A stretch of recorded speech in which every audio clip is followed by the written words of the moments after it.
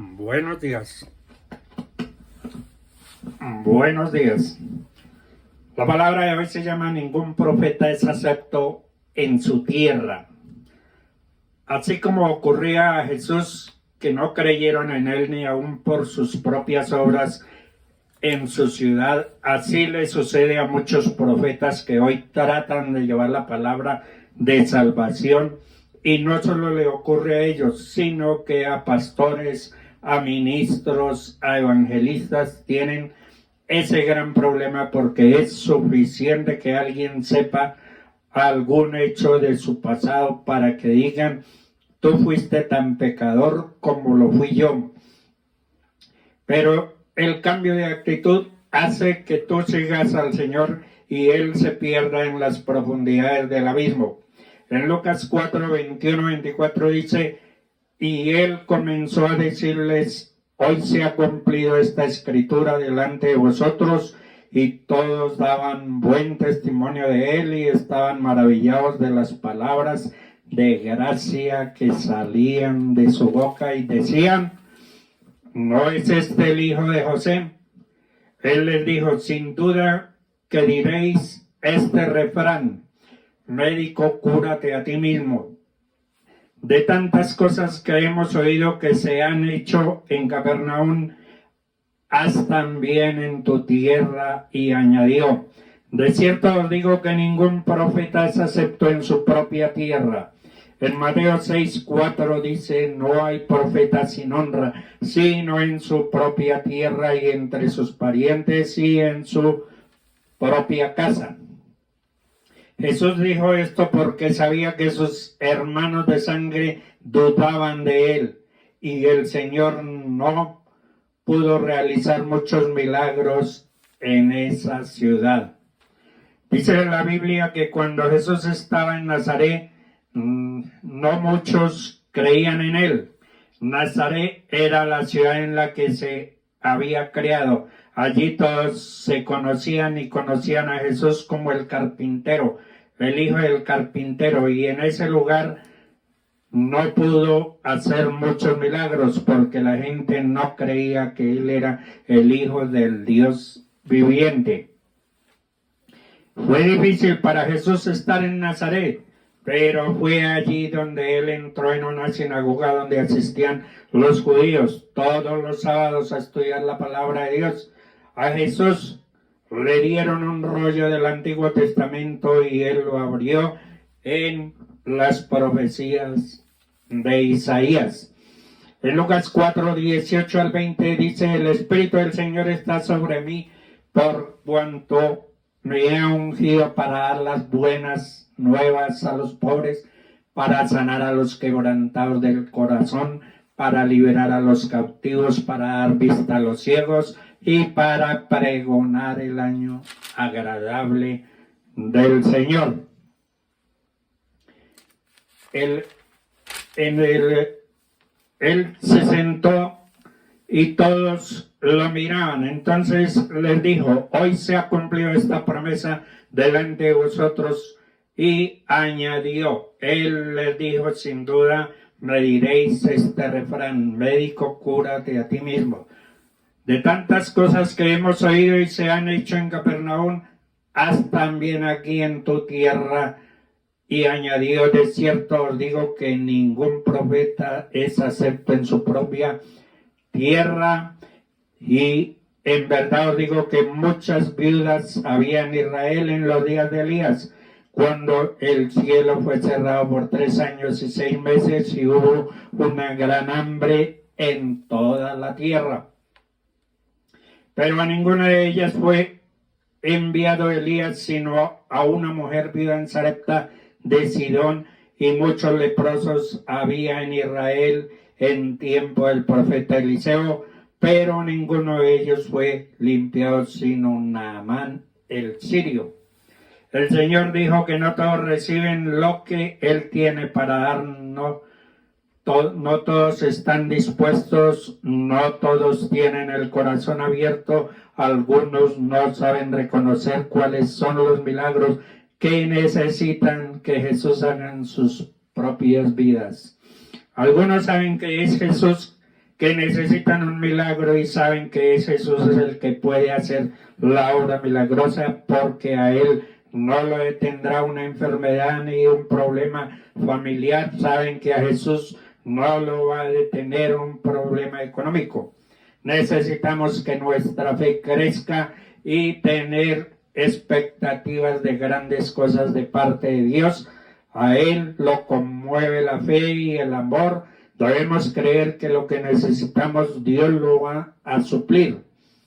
Dios no necesita que seamos inteligentes o buenos. Él necesita que tú creas.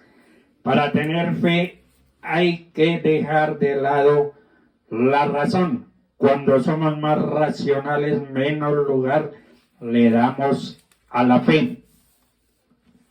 Dios sigue haciendo milagros, pero la presencia o la ausencia de ellos no es evidencia de mucha o poca espiritualidad.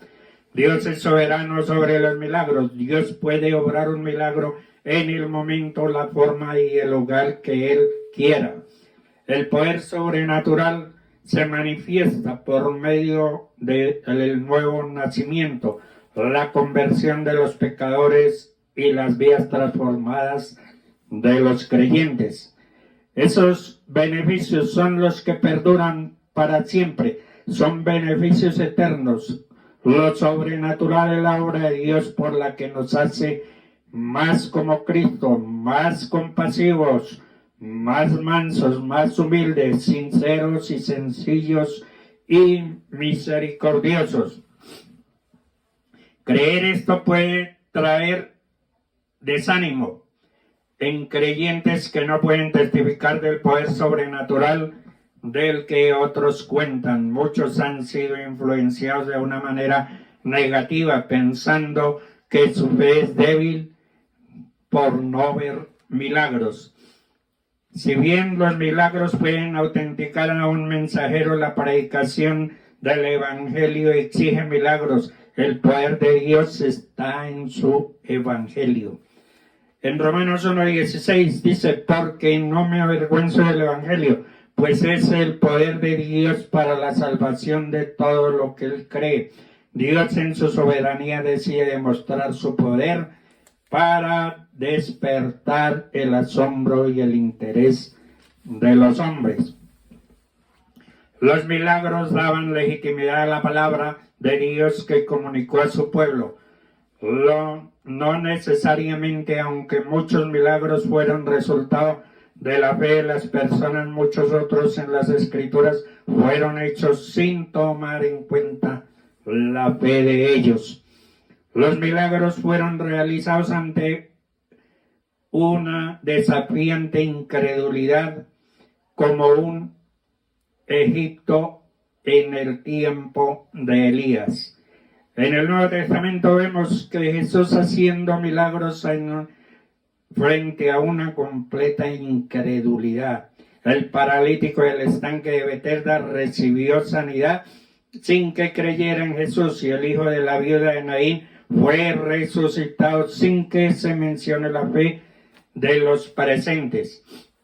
La función que cumplían los milagros eran señal o referencia, es decir, los milagros no eran un fin, más bien una señal que apuntaba hacia algo. Moisés respondió, y si no me creen ni escuchan mi voz, ¿por qué quizá digan no se te ha aparecido el Señor? Y el Señor le preguntó, ¿qué es lo que tienes en la mano? Una vara, respondió Moisés. Échala en tierra, le dijo el Señor. Y él la echó en tierra y se convirtió en serpiente. Pero el Señor dijo a Moisés, extiende tu mano y agárrala por la cola. Él extendió la mano, la agarró y se convirtió en una vara en su mano.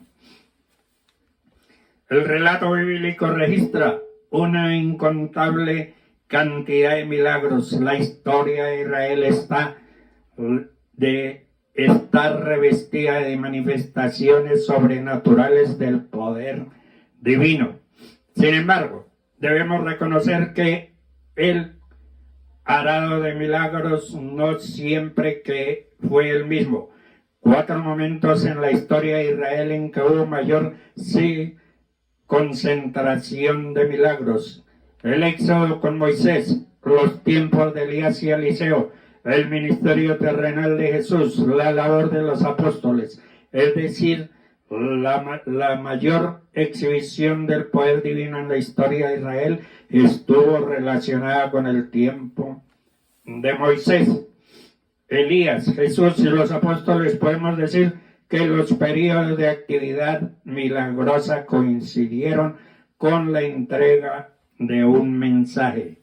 Un milagro es la intervención o interrupción divina en el curso regular del mundo, lo cual produce un hecho inusual pero intencionado que de otro modo no ocurrirá. Debemos entender los milagros como algo distinto a la providencia, que es la actividad continua por medio de la cual Dios sustenta y gobierna la tierra. La palabra milagro es también identificada en las Escrituras con los términos prodigios y maravillas y señales. Esto sirve para darnos un entendimiento más amplio de la naturaleza y el propósito de los milagros. La palabra prodigios hace referencia al poder divino detrás de cada milagro. La palabra maravilla al efecto que produce en los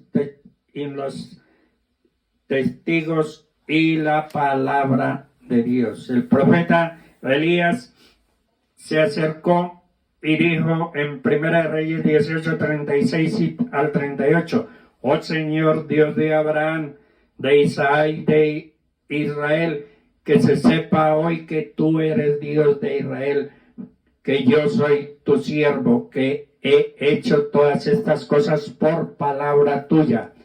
Respóndeme, oh Señor, respóndeme, porque para este pueblo sepa que tú, oh Señor, eres Dios y que has hecho volver sus corazones y consumió el holocausto, la leña, las piedras y el polvo, y secó el agua de la zanja.